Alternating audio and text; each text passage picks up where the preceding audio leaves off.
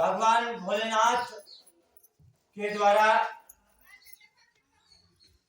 हमारे राम जी का जो स्वरूप है, जो वास्तविक स्वरूप है,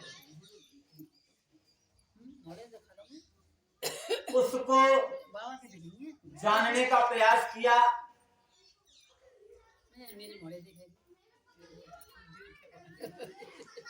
राम जी के बारे में भगवान भोलेनाथ ने बताया कि वो कैसे सगुण से निगुण होते हैं, कैसे निगुण से निर्गुण ब्रह्म से कैसे सगुण ब्रह्म होते हैं, कैसे किस कारण से वो देह प्राप्त करते हैं। भगवान भोलेनाथ माता पार्वती से कहते हैं कि हे पार्वती, आप अपने हृदय में ऐसा विचार संदेह छोड़ दो और अपने मन को प्रभु श्री राम जी के चरणों से जोड़ दो।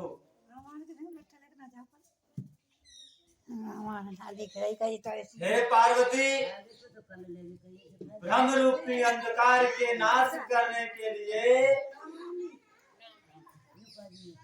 सूर्य के समान मेरे वचनों को, सूर्य की किरणों के समान मेरे वचनों को सुनो। सगुण और निर्गुण में कोई भेद नहीं।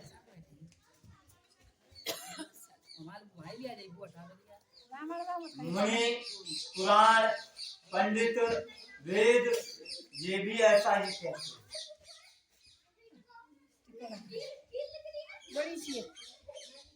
जो निर्गुण है, जो निराकार है, जिसका कोई वर्णन नहीं किया जा सकता,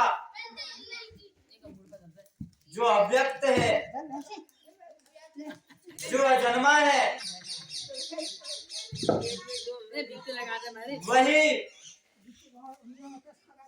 वही भक्तों के प्रेम के वश में होकर के जन्म लेता है।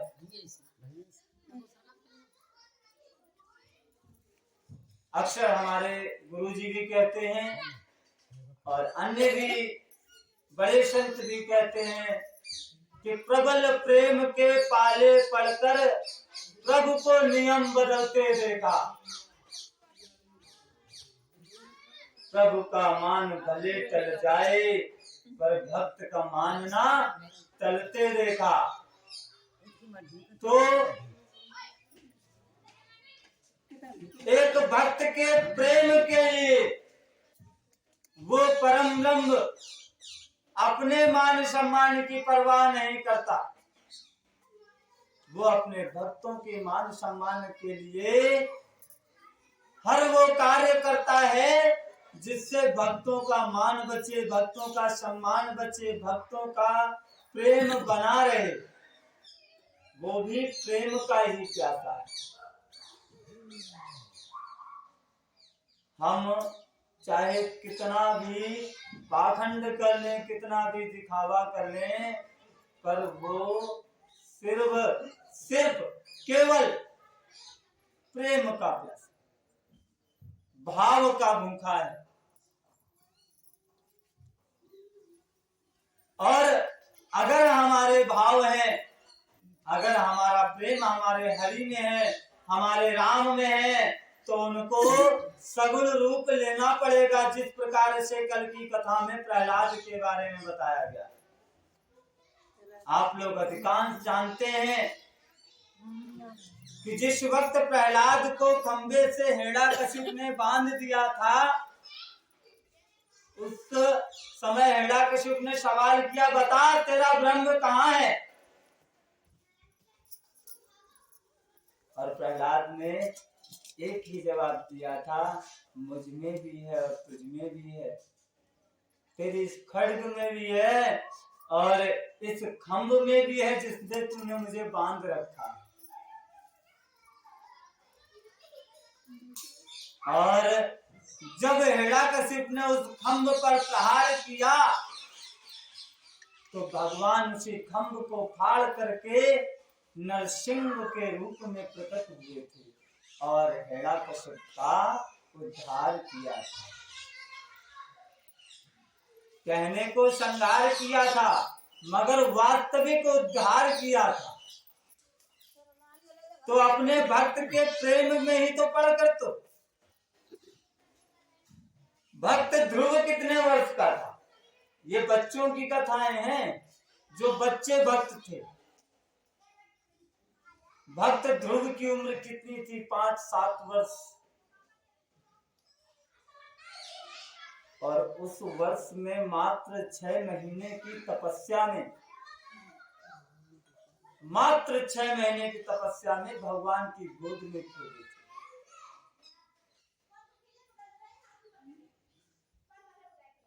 तो अगर हम भाव और प्रेम से उनकी उपासना करते हैं तो भगवान को अवतार तो लेना पड़ेगा। भक्तों की संख्या कम है मगर प्रबल है। जो भक्त है उसी के दम पर ये सृष्टि रुकी है। दुराचारी बहुत हैं, सदाचारी कम है, और हमें सदाचारी बनना है। ये रामायण हमको यही बताती है कि हम सदाचार का पालन कैसे करें।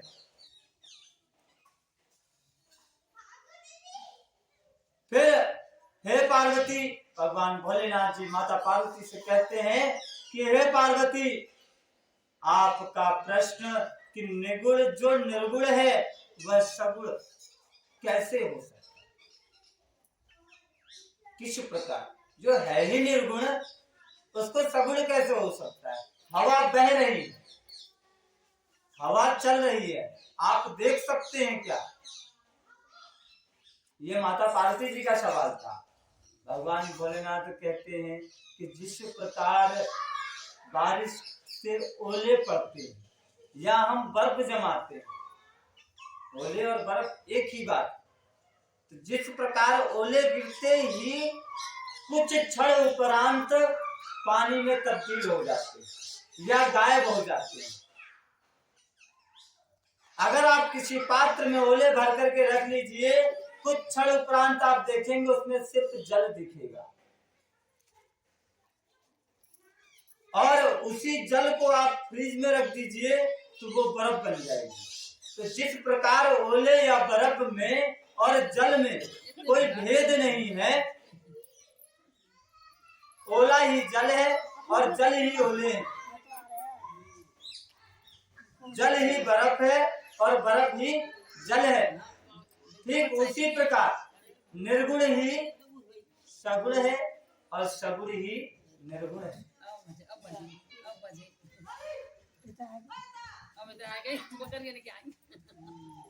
ठीक उसी प्रकार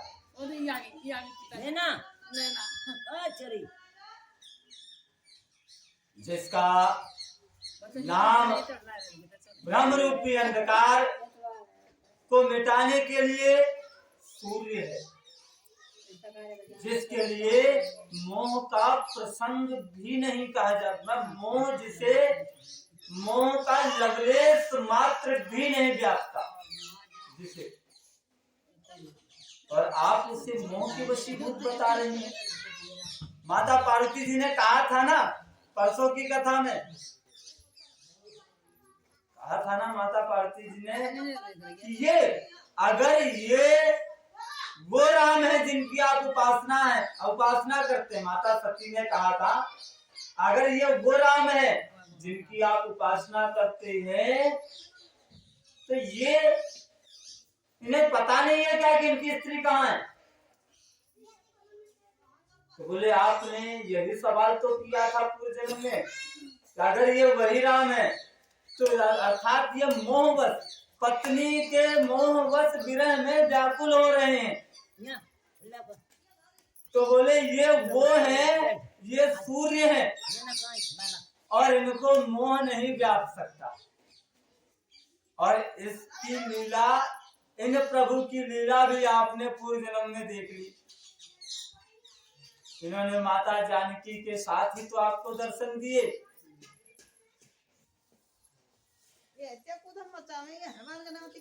हमारे प्रभु श्री रामचंद्र जी सच्चिदानंद स्वरूप सूर्य हैं।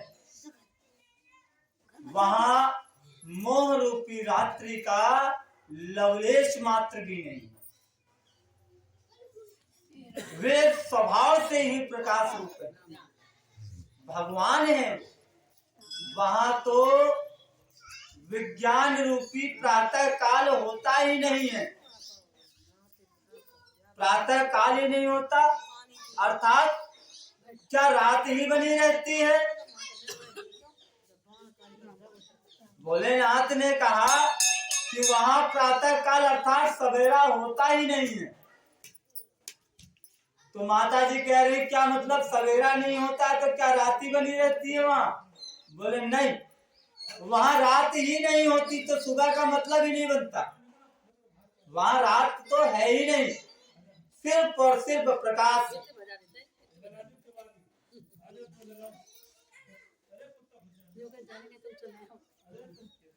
अज्ञान रूपी रात्रि होगी तभी तो प्रातः होगी। रात्रि का तात्पर्य अज्ञान से, वहां अज्ञान है ही नहीं तो ज्ञान की आवश्यकता क्या है? ज्ञान भी उसी को दिया जाता है जो अज्ञानी हो। जो समझदार है उसको क्या समझाना।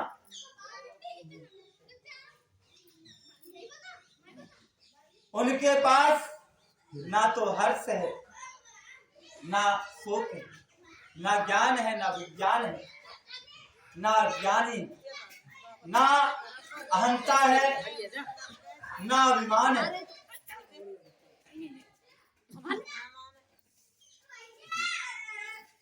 ये सब धर्म तो जीव के हैं। थोड़ी सी बात में सुखी हो जाना, प्रसन्न हो जाना, जरा सी बात में दुखी हो जाना, जरा से सम्मान में अहंकारी हो जाना, जरा सी बात में बिल्कुल टूट जाना, थोड़ा सा ज्ञान आ जाने पर बहुत बड़ा विद्वान बन जाना। और अगर किसी बात पर भी हम हार गए तो बिल्कुल अज्ञानी हो जाना।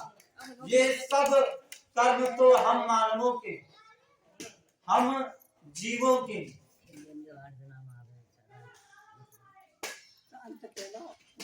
भगवान श्री रामचंद्र जी तो व्यापक ब्रह्म है, परात्पर प्रभु है, पुराण पुरुष है।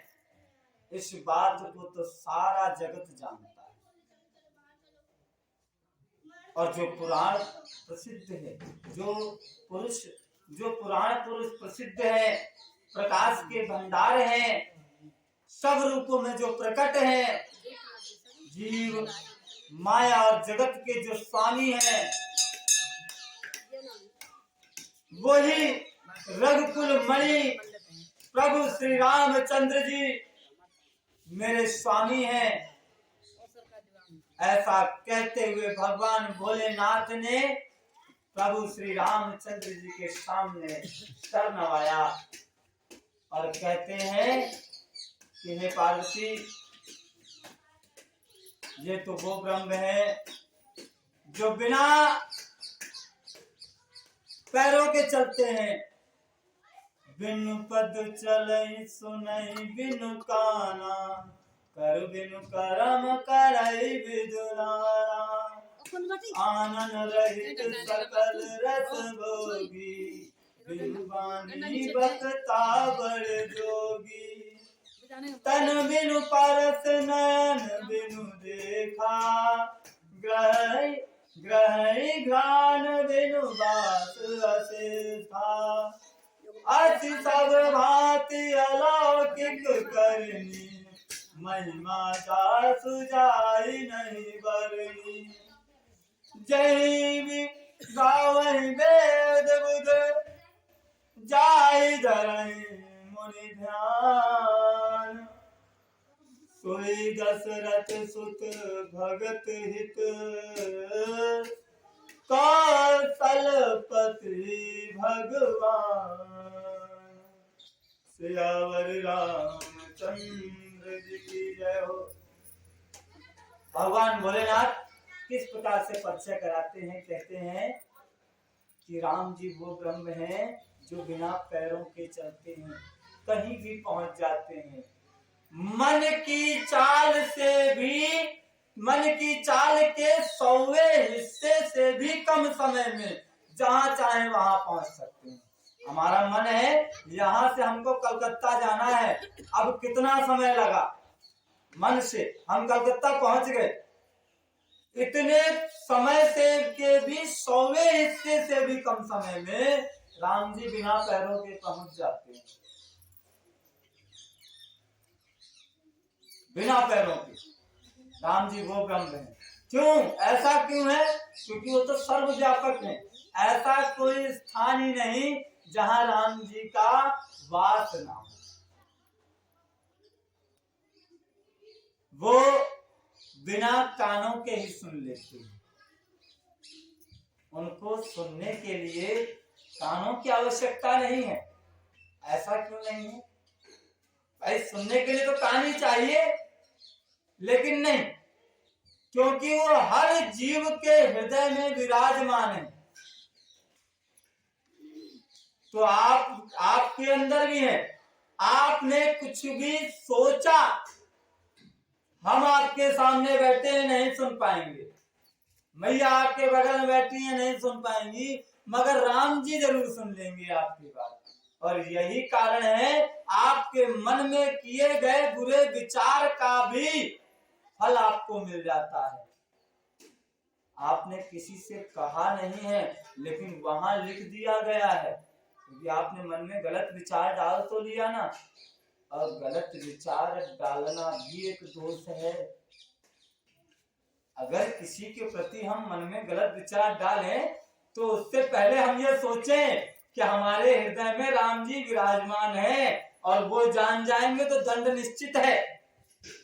क्योंकि हमारे हृदय में छल कपट ने भी अपना डेरा डाल दिया है, और छल कपट तो हमारे राम जी को बिल्कुल भी बर्दाश्त नहीं है।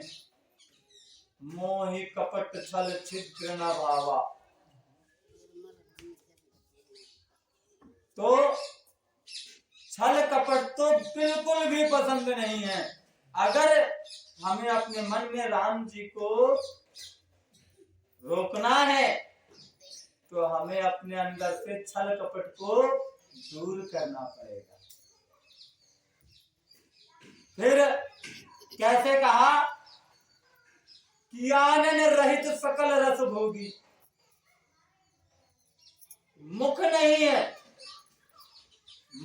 है, फिर भी सारे रसों का आस्वादन करते हैं, सारे रसों का आस्वादन करते हैं, हर प्रकार का पदार्थ को ग्रहण करते हैं।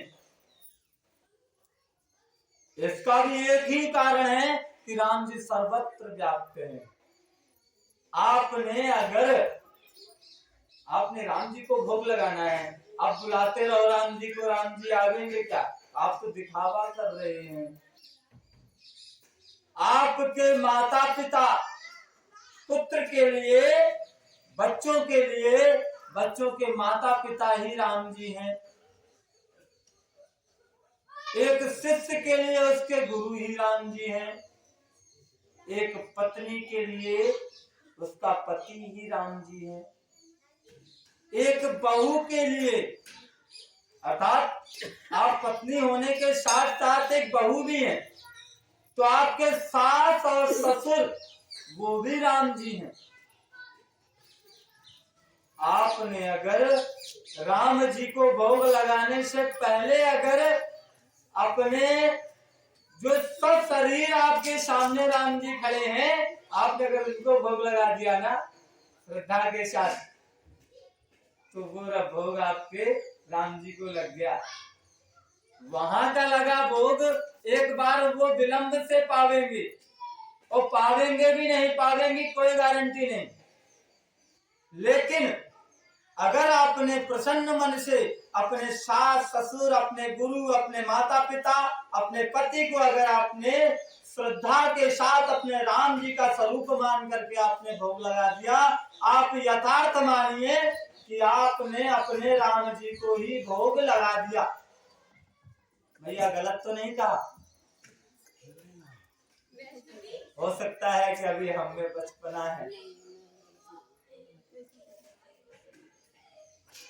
फिर कहा गया कि बिनु बानी बकता बड़ जोगी,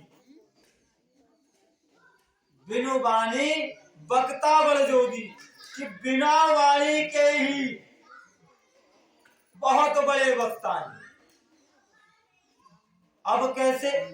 वक्ता बनने के लिए तो आवाज का होना अनिवार्य है ना।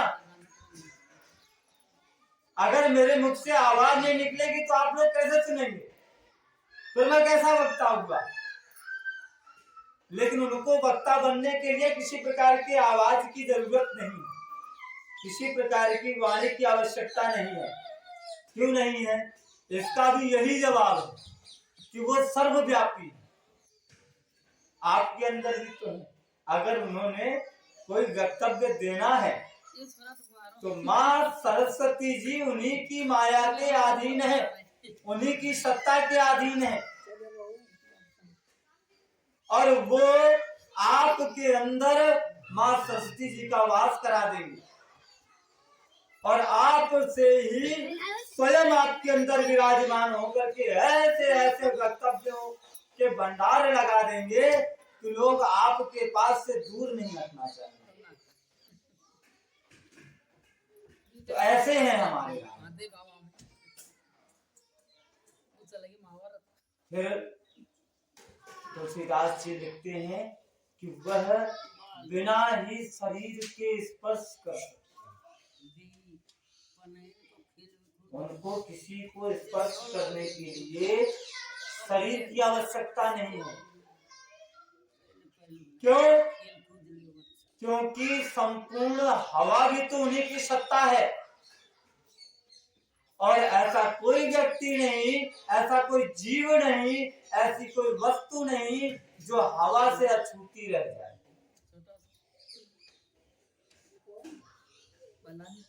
तो स्पर्श करने के लिए भी उनको तो आवश्यकता नहीं कि सर्वव्यापक है। इसका भी यही जवाब है कि वो सर्वव्यापक है।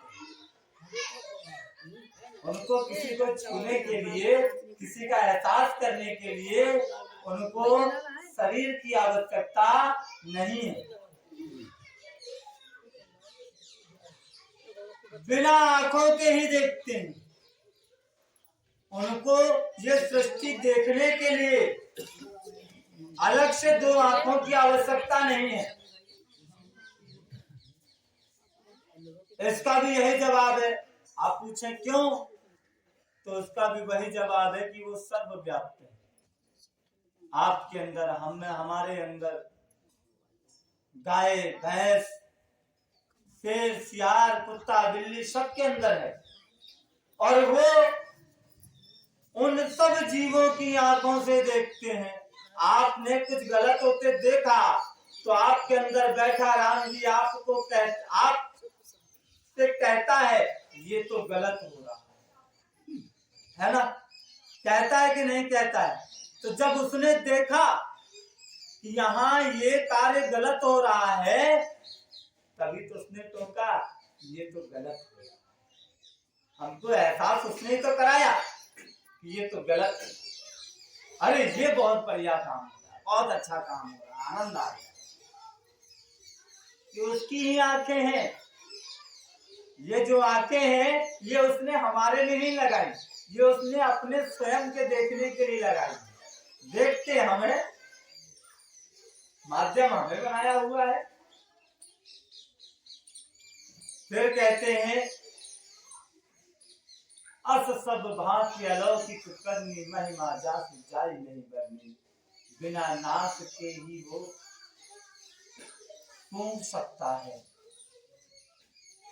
इसको सूंघने के लिए भी नाक की आवश्यकता है, अर्थात उसे किसी प्रकार के कर्म करने के लिए किसी विशेष अंग की आवश्यकता नहीं है, क्योंकि वह सर्वव्याप्त है। ऐसी अलौकिक है मेरे राम जी की महिमा, जो किसी के मुख से कही नहीं जा सकती। हमने तो कुछ नहीं बताया, तुलसीदास जी ने भी उनकी महिमा का 1000वां हिस्सा भी नहीं लिख पाया। ऐसी है उनकी महिमा। उस महिमा का जिसका वेद और पंडित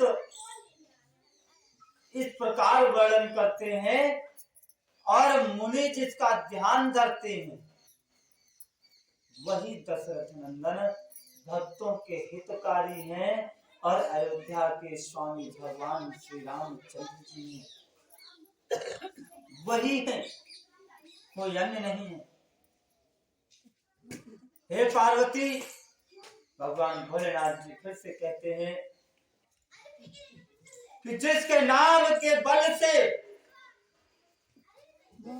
उन्हीं के नाम के बल से मुझे ये बल प्राप्त हुआ है कि जो काशी में व्यक्ति अपना शरीर छोड़ता है, उस शरीर छोड़ने वाली आत्मा को मैं राम नाम का ही मंत्र देता हूँ।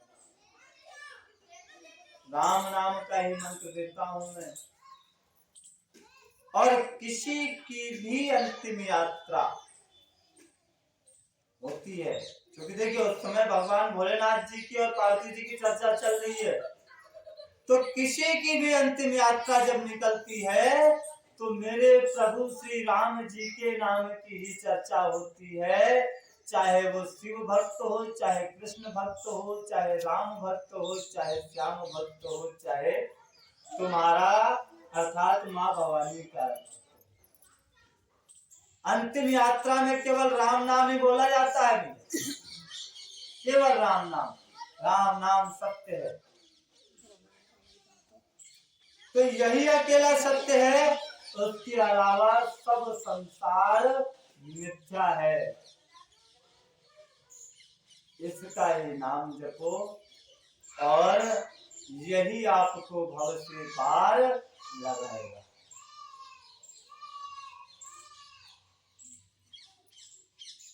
जब मैं उस प्राणी को राम मंत्र देता हूँ, राम जी की शरण में भेजता हूँ, तब वो शोक रहित हो जाता है और मैं उसे मुक्त कर देता हूँ, क्योंकि मुक्त होने के लिए हर्ष और शोक से विरक्त होना पड़ता है। मुक्त वही हो सकता है जो खुशी सुख और दुख से परे हो जाए, और ऐसा आज के युग में तो प्राणी का होना असंभव है। असंभव सा ही दिखता है, बाकी असंभव है नहीं, लेकिन अब असंभव सा दिखता है कि अब तो भैया ये माया मरे पीछे छूटे, ये जंजाल मरे पीछे छूटे। ऐसा कई लोग कहते हैं। ए भैया अब तो आपस में चर्चा होती है, ए भैया अब तो राम को नाम ले ले, ए भैया अब तो नेक मंदिर मांग आ जाए कर, ए भैया अब तो खाली टाइम ना है, ये तो काम धंधो तो मरे पीछे निपटारे मिलेगा, ये नहीं मिलेगा।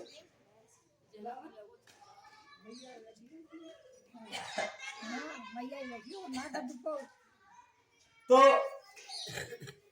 जब हमें सुख दुख से और इन्हीं कर्मों से, शुभ और अशुभ कर्मों से हमें सुख दुख का छुटकारा मिलता है, और संतों के सानिध्य में आकर के राम जी की कृपा प्राप्त होती है, और राम जी की कृपा प्राप्त जिसको हो जाती है, उसे ना तो हर्ष रह जाता है ना शोक रह जाता है।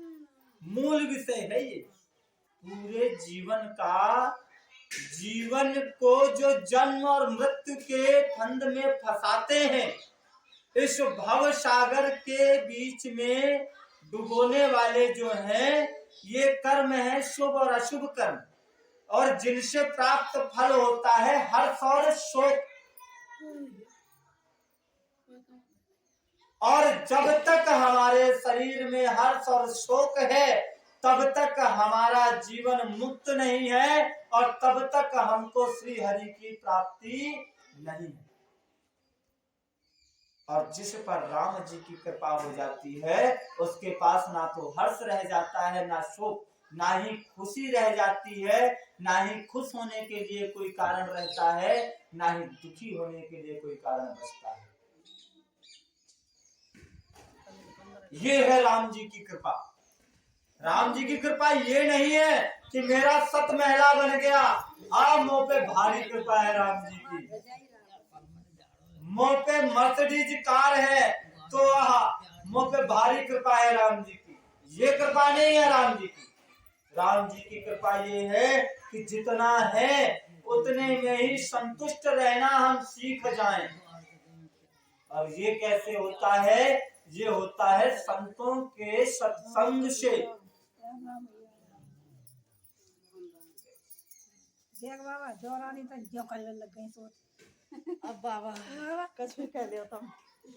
हेड मास्टर की लोग आई फिर ऊपर बाबू के ऊपर है वो फिर जो करने लग गई। अरे भैया ना बचला ये होता है संतों के सत्संग से।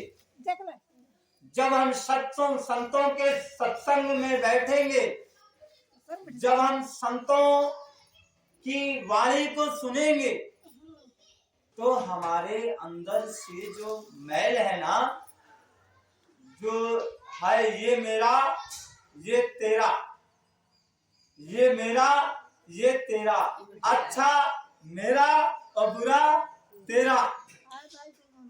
अच्छा किया तो मैंने किया और बुरा किया तो राम जी ने किया। बुरा हुआ तो राम जी ने किया। हे राम जी तैने मेरा छोरा मार दियो, हे राम जी तैने ही कौटो काम करवा दियो। तो अगर मेरे हाथ से भी अगर किसी का मर्डर हो जाए ना, तो भी हम यही कहेंगे कि भैया मैं करवैया तो ना, पर राम जी ने मेरी मति फेर दी, और ऐसी मति फेरी मैंने यार मार दिया, है ना। कोई गलत काम करते हैं तो राम जी पर दोष देते हैं, लेकिन अगर कोई अच्छा काम करे, अगर हमने कोई सप्ताह बचवाया दी, तो सुनो हमने सप्ताह बचवाई और पूरी तहसील जिमाया दी, है ना। ओ भैया रामायण कराई, अरे वहां गयो मैं कैला देवी मंदिर पर जा रहा हूँ झील पे, मैं रास्ता में एक भूखो आदमी मिलो, ओ भैया बड़ो भूखो, मैंने वाय जिमायो, तो कम से कम 10 जगह गा देंगे। वो राम जी ने नहीं किया, वहां राम जी ने मति नहीं फेरी, वहां तो मैंने मेरी मति घुमाई है। राम जी ने तो कौन होते रहा, कहाँ राम जी? मैं ना करता तो ऐसा कैसे हो सकता? अरे ये कथा मैं पढ़ रहा हूँ, राम जी थोड़ी पढ़वा रहे हैं। आप लोगों को मैं कथा सुना रहा हूँ, राम जी थोड़ी ना सुना रहे हैं। मगर जब कोई बुरा काम होता है तब फिर राम जी करवाते हैं।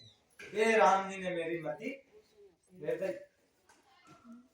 तो यहाँ हर्ष और शोक की, जहाँ हर्ष होता है वो तो हम अपने पास लाना चाहते हैं, जब शोक होता है उसे हम दूर भगाना चाहते हैं। लेकिन आपने एक नियम सृष्टि का नहीं देखा, ईश्वर का एक नियम नहीं देखा। हम जिससे दूर भागते हैं ना, वही हमारे नजदीक आता है। अक्सर देखिएगा, आप अगर माया से दूर भागेंगे तो माया आपके पीछे आएगी, आप अगर दुख से दूर भागेंगे तो दुख आपके नजदीक आएगा। आप अगर, क्योंकि आप भाग रहे हैं, आप बच रहे हैं, तो आप सोचिए कि आप के कब्जे में कोई चोर आ जाए और आपने उसे पकड़ के रखना है, थाने में देना है, और वो आपको छुड़ा के भाग जाए, तो वो तो बेचारा अपनी जान बचाने को भाग रहा है, और आप क्या करेंगे? यानी मेरे अपराध करो, मैं बिना थाने में दिए ना छोड़ूंगा। अपनी पूरी कोशिश लगाएंगे उसे पकड़ने की, और अधिकांश पकड़ में आ भी जाते हैं, है ना। पर जो चतुर होते हैं, जो होशियार होते हैं, कुछ ही ऐसे होते हैं जो बच जाते हैं। परंतु कुछ होशियार ऐसे भी होते हैं कि कुछ दिनों तक तो होशियारी उनकी चलती है, लास्ट में आके फिर धरी रह जाती है। कुल मिलाकर के कहने का तात्पर्य ये है कि शोक से हम बचते हैं, इसलिए शोक हमारी तरफ आता है। हम दुख से बचते हैं, दुख हमारी तरफ आता है। हम सुख को अपनाते हैं तो सुख हमसे दूर भागने का प्रयास करता है। हम धन को जितना अपनाते हैं, धन हमसे दूर भागने का प्रयास करता है। हम राम जी को अपनाने का दिखावा करते हैं।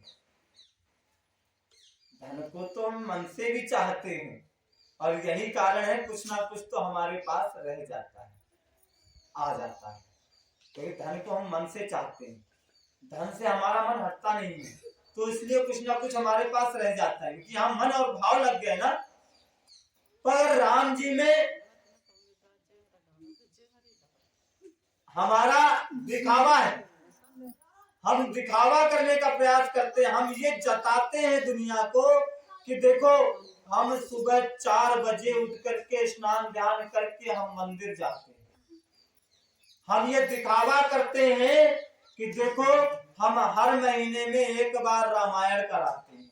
हम ये दिखावा करते हैं कि देखो दिन में हम एक बार रामायण की 10 चौपाई अवश्य पढ़ते हैं। हम ये दिखावा करते हैं। अच्छा, हम मानते हैं दिखावा नहीं है, तो जो दिखावा नहीं है वो किसी के सामने व्यक्त नहीं हो सकता, क्योंकि राम जी तो अव्यक्त है। अभी कुछ समय पहले कहा गया ना कि वो अव्यक्त है, तो राम जी तो हमारे अव्यक्त हैं, वो दिखाए नहीं जाते। वह तो अपने पास हृदय में छुपा करके रखने वाली वस्तु है, वो दिखाने वाली वस्तु नहीं। और जिसको राम जी मिल जाते हैं वो कभी किसी से कहते नहीं है कि हमें राम जी प्राप्त हो गए, क्योंकि उनकी वाणी ही इस लायक नहीं रहती वो किसी से कुछ कह पाए। तो जब राम जी की कृपा हो जाती है तो वही स्थिति आ जाती है, ना तो हमें सुख होता है और ना हमें दुख रह जाता है। तब भगवान भोलेनाथ मुक्त करते हैं, क्योंकि मुक्त करता ये जो विभाग है ना मुक्ति का, ये भगवान भोलेनाथ के पास है। लेकिन ये प्राप्त होता है राम कृपा से, जब स्वयं भोलेनाथ राम जी का मंत्र देते हैं। अच्छा, भोलेनाथ राम जी का मंत्र 2 बार देते हैं, यानी 2 स्थान में देते हैं। एक स्थान तो जो अभी हमने बताया काशी में, जब किसी का काशी में ही शरीर छूटे तो कितना भी बड़ा पापी हो, अगर काशी में शरीर छूटा तो उसको मुक्ति तय है। लेकिन अगर आपने गुरु बनाया, गुरु को भी उपाधि शंकर जी की दी गई है। आदि गुरु शंकराचार्य जी महाराज स्वयं शंकर जी हैं। तो गुरु के रूप में शंकर भगवान स्वयं मंत्र देने आते हैं। आप गुरु के रूप में शंकर भगवान स्वयं मंत्र देने आते हैं, और यही कारण है जिसने भी दीक्षा ले रखी होगी, जिस समय दीक्षा ली जाती है, भाई मेरा अपना अनुभव है, हो सकता है कि आप लोगों के साथ ना हुआ हो, और अगर हुआ हो तो आप लोगों को एहसास हुआ होगा। जिस समय कानों में मंत्र दिया जाता है, फूंक दी जाती है, एक कुछ पलों का, कुछ घड़ी का एक ऐसा समय होता है कि जब हम अपने आप को परमात्मा का अंश मान बैठते हैं। ये भगवान भोलेनाथ द्वारा दिए गए मंत्र की ही कृपा होती है। शरीर तो किसी का भी हो सकता है, मंत्र एक पागल भी दे सकता है, अगर हमने उसको गुरु मान लिया तो। जिस समय हमने गुरु की भावना बनाई उसी समय उसमें शंकर जी का प्रवेश आ गया, और जब उन्होंने हमें मंत्र दिया और मैं हमारे कानों में फूंक दी, उस फूंक के माध्यम से उन्होंने अपना प्रभाव छोड़ दिया कि अब तुझे गुरु के मंत्र का जाप करना है, करना है, करना है। जिस दिन आपको दीक्षा प्राप्त होती उस दिन तो ऐसा लगता है, हमें नहीं पता, हमारे साथ ऐसा अनुभव तो हुआ। अगर हम उस दिन के अनुभव को आगे बढ़ा ले जाए, क्योंकि ईश्वर की माया भी प्रबल है, वो हमको उन कर्मों से, गुरु के बताए हुए रास्ते पर चलने से रोकती है। ईश्वर की माया इस कलयुग में प्रबल है, वो हमको रोकती है उस मार्ग पर चलने से, और हम उसके वशीभूत होकर के उस मार्ग पर चलना बंद कर देते हैं जो मार्ग हमें हमारे गुरु ने दिखाया। और उसी क्षण हम हमारे गुरु को छोड़ देते हैं। कंठी तो धारण कर ली, मगर हम वो कंठी जो हमारे गुरु ने कंठी, ये तो दिखावे की कंठी है, जो उन्होंने हमारे हृदय में स्थापित की, वो कंठी को स्थापित रख पाना बहुत दुर्लभ है। ये कंठी तो आपके हाथ में है, जब तक चाहे रख सकते हैं, ये गुरु के सम्मान के लिए है। मगर जो हृदय में गुरु के फूंक द्वारा और मंत्रों द्वारा जो कंठी स्थापित हुई, वह कंठी चलायमान है। आपका अगर उस कंठी के प्रति भाव नहीं है तो वो कंठी आपके हृदय में स्थापित नहीं हो सकती, रुक नहीं सकती। मात्र एक दिवस वो अपने मन से रहती है, दूसरा दिवस तो उसको जाने में समय नहीं लगता। आप अगर रोकने वाले हैं तो वो कंठी सदा सदा के लिए रुक जाती है।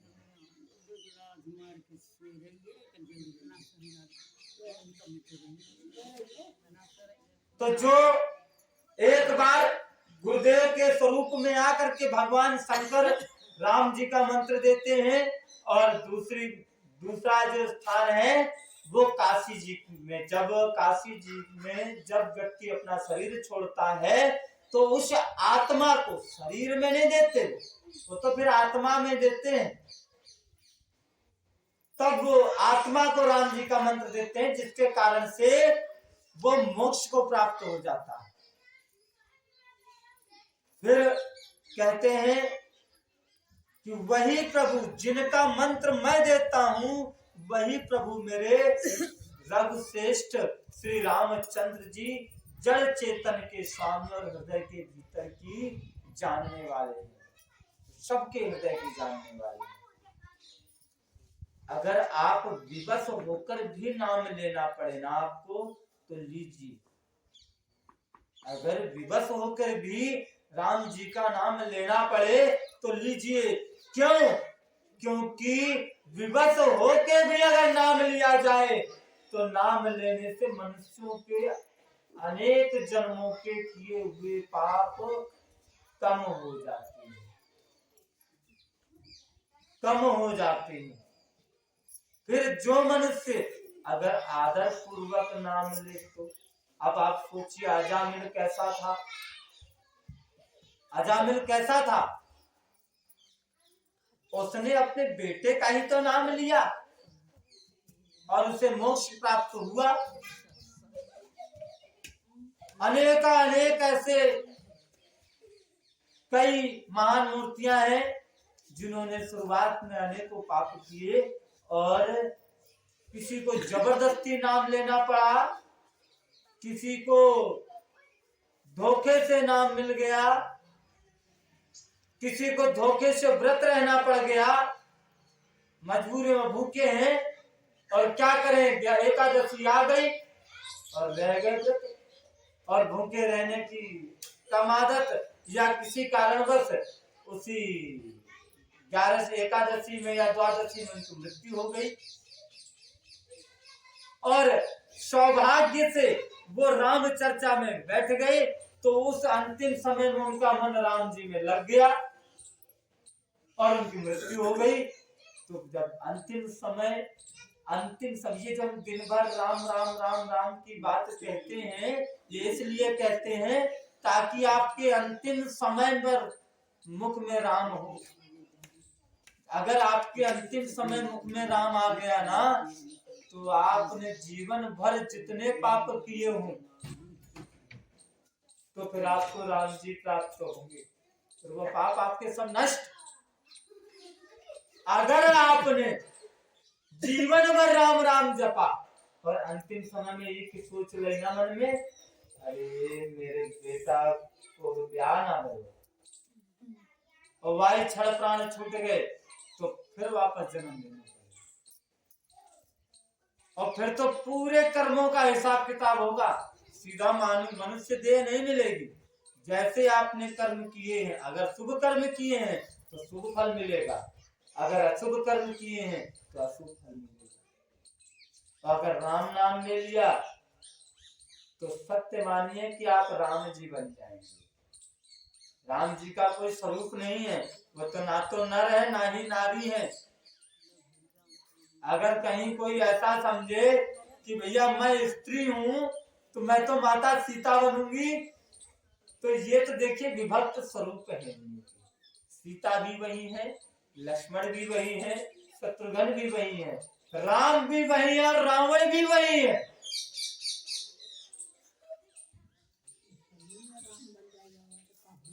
तो अगर हमको राम ही बनना है तो हमको राम जी के नाम का सुमिरन भजन करना पड़ेगा, और इतना भजन करना पड़ेगा, इतना भजन करना पड़ेगा, इतना भजन करना पड़ेगा, इतना राम नाम लेना पड़ेगा कि अंतिम समय अपने आप मुख से राम जी का नाम निकले।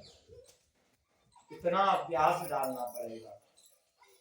चाहे मन लो, चाहे गा के लो, चाहे रो के लो, चाहे हंस के लो, बस राम ही राम करते रहना।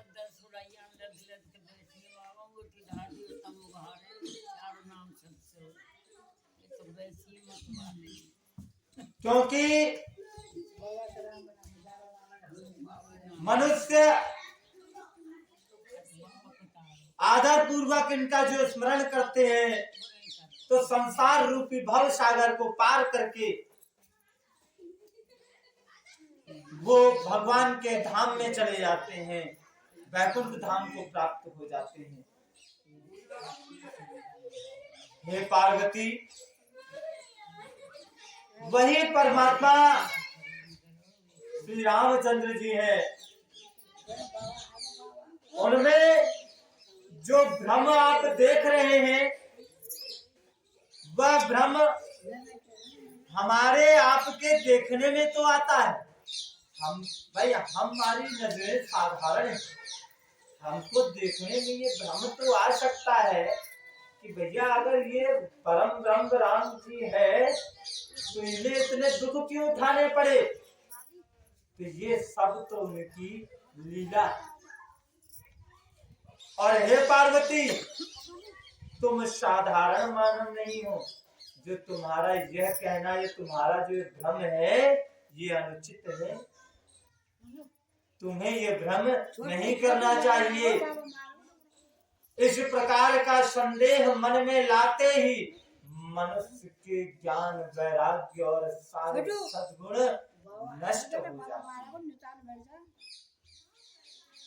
शिव जी के ब्रह्मनाशक वचनों को सुनकर पार्वती जी के कुतर्कों की रचना ही मिट गई, कुतर्कों की रचना ही समाप्त हो गई, और वो श्री रघुनाथ जी के चरणों में उनका प्रेम और विश्वास अटल हो गया।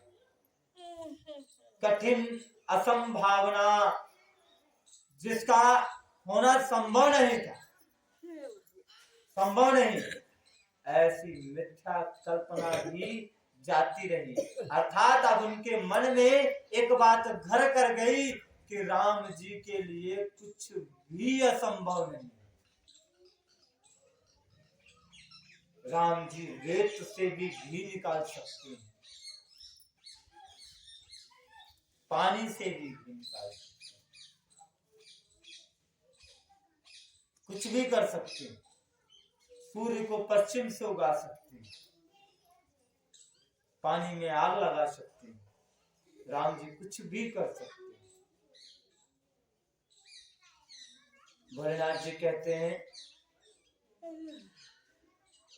भोलेनाथ जी ने जो उनको उपदेश दिए तो माता पार्वती जी राम जी के प्रति प्रेम और भावना से जुड़कर भोलेनाथ से कहने लगी कि हे प्रभु, आपने चंद्रमा की किरणों के समान अपनी शीतल वाणी से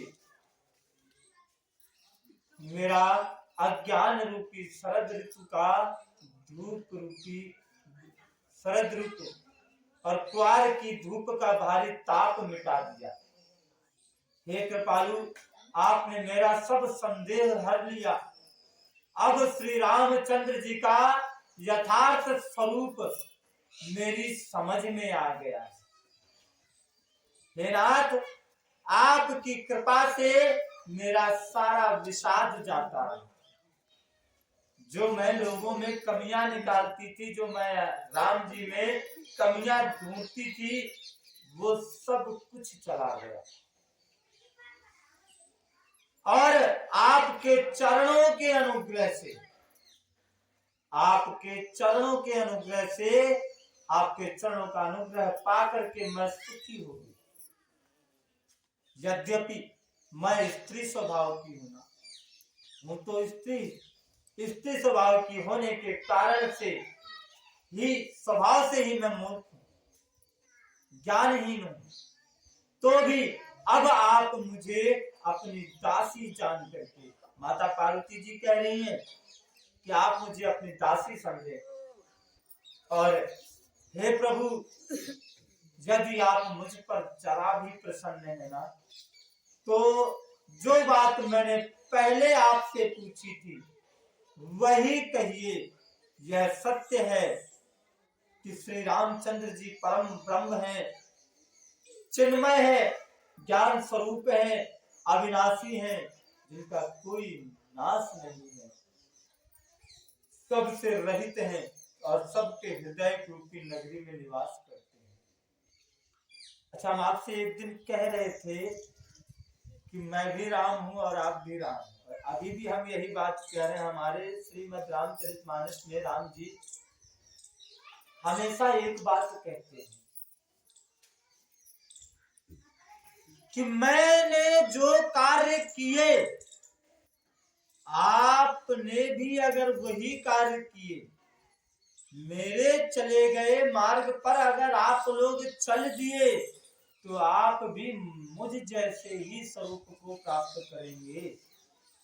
अर्थात मेरे द्वारा जो स्थापित किए गए आदर्श हैं, अगर आप उन आदर्शों पर चलते हैं तो आप भी राम जी ही हैं। प्रयास तो करके देखिए, हम राम जी कैसे हुए? वो तो परम ब्रह्म है, वो तो भगवान है, हम तो साधारण इंसान है। हम राम जी कैसे हुए? अभी देखो ये बात निकल करके आती है कि श्री रामचंद्र जी तो परम ब्रह्म, मगर उनके गुरु क्या है? वो परम पिता है, वो परम पिता है, तो हम उनकी संतान हैं। इतना तो मान सकते हैं, हम उनकी संतान हैं। तो उस परम पिता के क्या लक्षण हैं? वो चिन्मय है, अर्थात ज्ञान का अथाह भंडार, जिसकी कोई था नहीं। तो ज्ञान का भंडार, तो ज्ञान तो हम भी बनना ही चाहते हैं। चाहते हैं ना भैया कि हमें सब कुछ पता चल जाए। वो अविनाशी है, उनका कोई नाश नहीं है, उनका अंत नहीं है। तो हमारी इच्छा क्या होती है कि हम भी कभी ना मरे। चाहते हैं ना? ये आदमी दिखावे में तो कह देगा भैया मैं मौत से बिल्कुल डर ना लगे और मैं कल मरूं आज मर जाऊं, लेकिन जब मौत आती है ना, मौत की तो बहुत बड़ी बात है। अगर जरा सा हाथ में दुख हो जाए, सुबह से लेकर दोपहर तक हम तुरंत डॉक्टर के पास भागेंगे कि भैया ये हाथ को दुख ना जाए, वो जल्दी से कोई दवाई कर दे। क्योंकि एक भय आजकल ज्यादा लग गया है, पता नहीं कौन सी बीमारी कहाँ से लगेगी और हमारा शरीर छोड़ जाएगा। तो जरा सी तकलीफ में जुकाम अगर 2 दिन रुक जाए तो हम डॉक्टर के पास जाते हैं, कहीं कोई बड़ी बीमारी ना बन जाए। तो भय तो सबको, क्यों? ये कोई दोष नहीं है, ये हमारा गुण है। ये हमको बताता है कि हम राम जी के अंश हैं, और हम राम जी के अंश हैं तो हम राम जी बन सकते हैं। अगर बनना है तो राम जी के कर्म करने पड़ेंगे। अगर हमको राम जी बनना है तो हमको राम जी के बताए रास्ते पर चलना पड़ेगा, और राम जी के बताए रास्ते पर चलेंगे तो हम राम जी बन जाएंगे। दूसरा, वो सुख के सागर हैं, सुख के सागर हैं, और हम भी सुख सुख ही चाहते हैं, दुख नहीं पसंद है। तो हम उन्हीं का अंश है, तो उनके जो लक्षण है, पिता के लक्षण पुत्र में पूरे पूरे नहीं तो थोड़े बहुत तो आते ही आते हैं। या तो शकल ही आ जाएगी और नहीं तो लक्षण आ जाएंगे। तो कुछ ना कुछ तो पिता का अंश जो है, अगर पिता का अंश है तो अपने पिता के लक्षण कुछ ना कुछ तो प्राप्त करेगा ही करेगा। माँ चाहे कितना भी उसे अपने पिता से अलग करने का प्रयास करे, परंतु पिता के कुछ ना कुछ लक्षण अवश्य प्राप्त हो। तो हम राम जी बन सकते हैं। ये सिर्फ कथा की बात नहीं, ये सत्य है कि हम राम जी बन सकते हैं, परंतु हमको राम जी बनने के लिए राम जी के किए गए कार्यों की पुनरावृत्ति करनी होगी। अर्थात इसका तात्पर्य नहीं कि एक पति को अपनी पत्नी का अपहरण कराना होगा, किसी रावण का वध करना होगा, ऐसा मतलब उन्होंने जो कार्य किए, सत्य के मार्ग पर चलना, सत्य निष्ठ होना, धर्म निष्ठ होना, कर्तव्य निष्ठ होना, हमारा किसके प्रति क्या कर्तव्य है।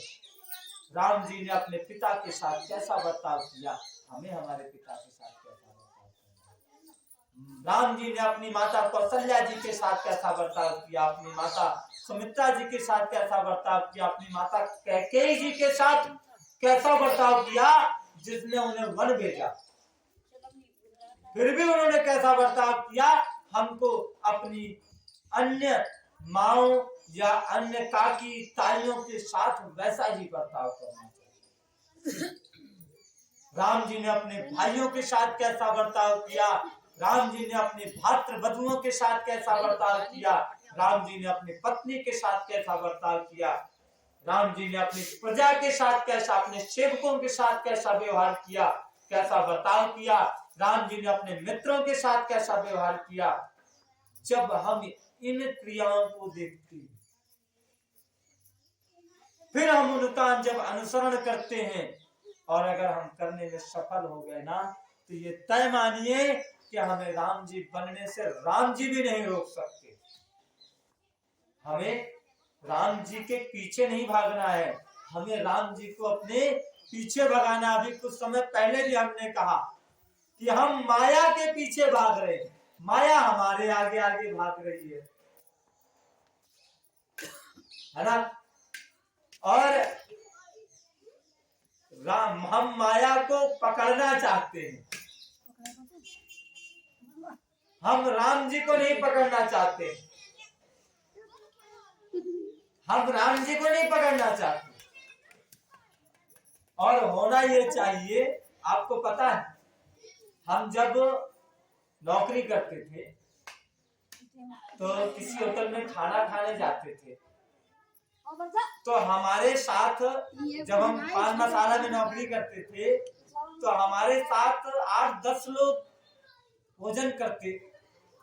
वहां से भी मैंने सीखा, 8-10 लोग या 15-20 लोग, जैसे समय समय के अनुसार। तो हम सब लोग कभी कदार एक साथ भोजन करने जाते, तो भीड़ देख करके वहां का स्टाफ थोड़ा सा पागल सा हो जाता कि इतनी सारी भीड़ आ गई, कोई कुछ मांग रहा है, कोई कुछ मांग रहा है, कोई कुछ मांग रहा है। और फिर उनका अलग से जो कस्टमर है वो अलग चल रहा है, हमारी भीड़ अलग पहुंच गई। तो सर्विस टंकी ना दे पाना, और या कुछ लोग होटल का जो स्टाफ होता है वो टिप के लिए अर्थात भोजन करने के बाद पैसे देना, एक वो होता है कि हाँ भैया मैं आपकी सेवा से खुश हुआ तो लो भैया 10-20 रुपया तुम रखो अपनी जेब में, ऐसा होता है। तो इसकी आशा ज्यादा रहती है। तो हमने देखा कि हम भोजन करके 10-20 रुपए दे देते हैं, और फिर भी इनको डर रहता है कि मिलेगा कि नहीं मिलेगा, क्योंकि हमारी टीम से कुछ लड़के जब अकेले उसी होटल में भोजन करने जाते थे तो कुछ नहीं देते थे, कुछ देते, कुछ जबरदस्ती तो है नहीं। तो हमने क्या किया कि हम गए और हमने पहले उसकी जेब में 50 रुपए दे दिए। अब उसके मन में लोभ आ गया, और यकीन मानिए हमारी पूरी टीम को उसने भोजन कराया, एक आवाज नहीं आने दी, एक आवाज नहीं आने दी। इसका तात्पर्य क्या हुआ आपको पता है? बाबा न्यू कह रही है, बाबा साथ हमारे खवादे होते हैं होटल में तो खाया। इसका तात्पर्य क्या हुआ? इससे सीख क्या मिलती है? अगर हमको राम जी को अपने पीछे लगाना है तो पहले हमको हमारे राम जी के पीछे भागना पड़ेगा, जब मिलेंगे पकौड़े। और राम जी के पीछे भागते भागते इतना तेज भागना है, इतना तेज भागना है कि हमको राम जी से आगे निकल जाना है। अच्छा आप ये बताइए, कहीं दौड़ हो रही है और कोई पीछे से आके आदमी आगे निकल जाए और आप पीछे रह गए, अभी तक तो आप आगे चल रहे हैं और अब आप पीछे रह गए, तो आपकी क्या मनसा होगी? या पकड़ूं पहले यार पकड़ूं, है ना? तो अब आप उसके पीछे लग लिए और शुक्र मानिए कि आप रह गए पीछे, दौड़ पूरी हो गई।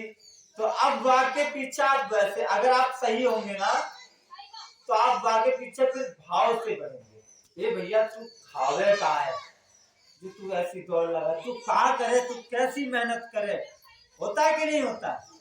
ये स्वभाव है सच्चे व्यक्तियों का, सच्चे व्यक्तियों का। और बाकी जो बुरे हैं वे तो ये सोचेंगे ये हरामखोर मुझसे दौड़ जीत कैसे गया, मैं तो इसकी टांगे ये तोड़ दूं। जाके टांगे ने दौड़े बिल्कुल पूरे जीवन यापन नाश कर,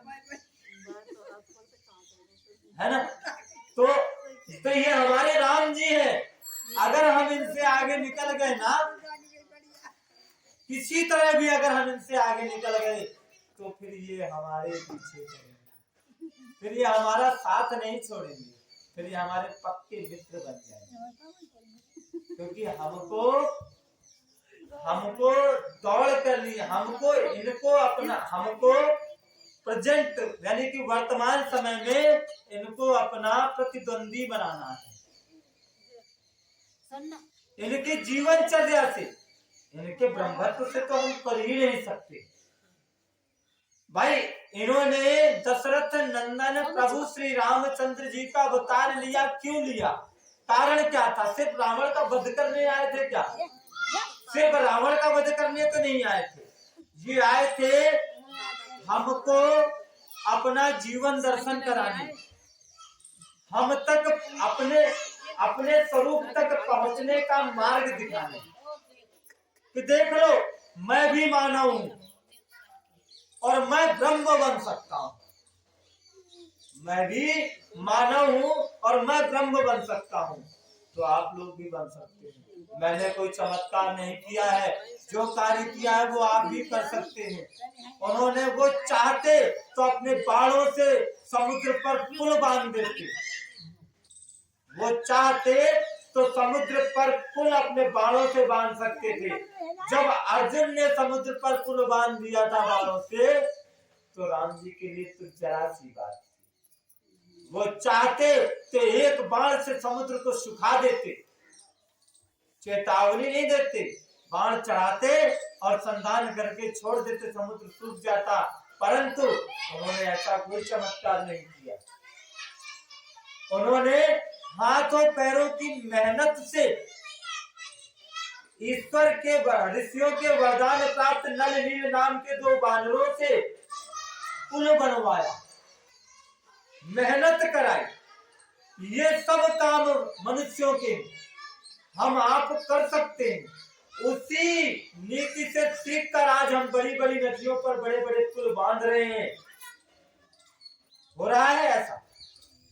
आज हमारा देश भारत समुद्र में भी पुल बांध रहा है, तो हमारे राम जी के कर्मों को ध्यान में रखकर उनसे सीख करके आज हम संभव कर पा रहे हैं।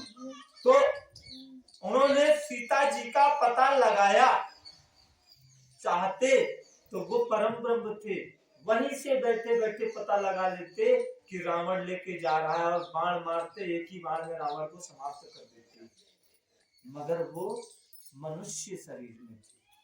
रावण की मृत्यु किसी परम ब्रह्म के हाथों नहीं थी। रावण की मृत्यु किसी देव के हाथों नहीं थी कि भगवान विष्णु आवेंगे मार देंगे। किसी ऋषि मुनि के हाथों नहीं थी, किसी अन्य जीव के हाथों नहीं थी। रावण की मृत्यु मनुष्य के हाथों थी। मनुष्य ही उसका वध कर सके, इसलिए ईश्वर को सगुण स्वरूप में आना होगा। तो मनुष्यों के ही कार्य किए, उन्होंने जो भी कार्य किए मनुष्य कर सकता है। उन्होंने ऐसा एक भी कार्य नहीं किया कि जिसे मनुष्य ना कर सके। इसलिए हम इस बात का भ्रम अपने अंदर से दूर करें सर्वप्रथम कि हम राम जी नहीं बन सकते। प्रयास तो करें। राम जी बनने के लिए क्या चाहिए? राम जी के साथ क्या होता है? हम उनके गले मिलते हैं, या आप में से कोई राम जी के गले मिलता है? कोई नहीं मिलता। हम सब राम जी की पूजा करते हैं। तो पूजा तो आप हीरामन बाबा की भी करते हैं, पूजा आप शंकर भगवान की भी करते हैं, पूजा आप हनुमान जी की भी करते हैं, पूजा आप कृष्ण जी की भी करते हैं। क्यों करते हैं? कि इन सब लोगों ने, इन सब भगवानों ने राम जी के पद चिन्हों पर चला।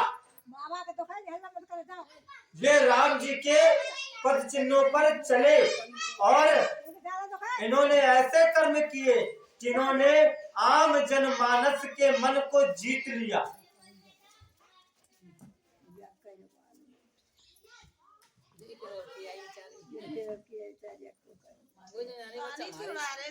अब माता पार्वती जी कह रही हैं कि हे नाथ, फिर भी उन्होंने मनुष्य का शरीर किस कारण से धारण किया? ये धर्म की ध्वजा धारण करने वाले प्रभु, यह मुझे समझा कर कहिए। पार्वती के अत्यंत नम्र वचन सुनकर प्रभु श्री रामचंद्र जी की कथा में उनका विशुद्ध प्रेम देखकर भगवान भोलेनाथ अत्यंत प्रसन्न हुए।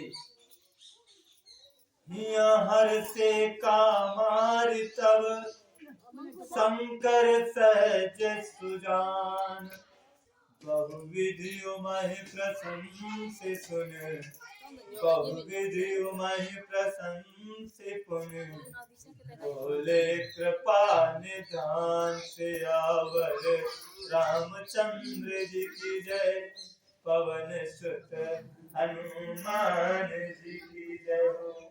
आज की कथा यहीं विश्राम करते हैं।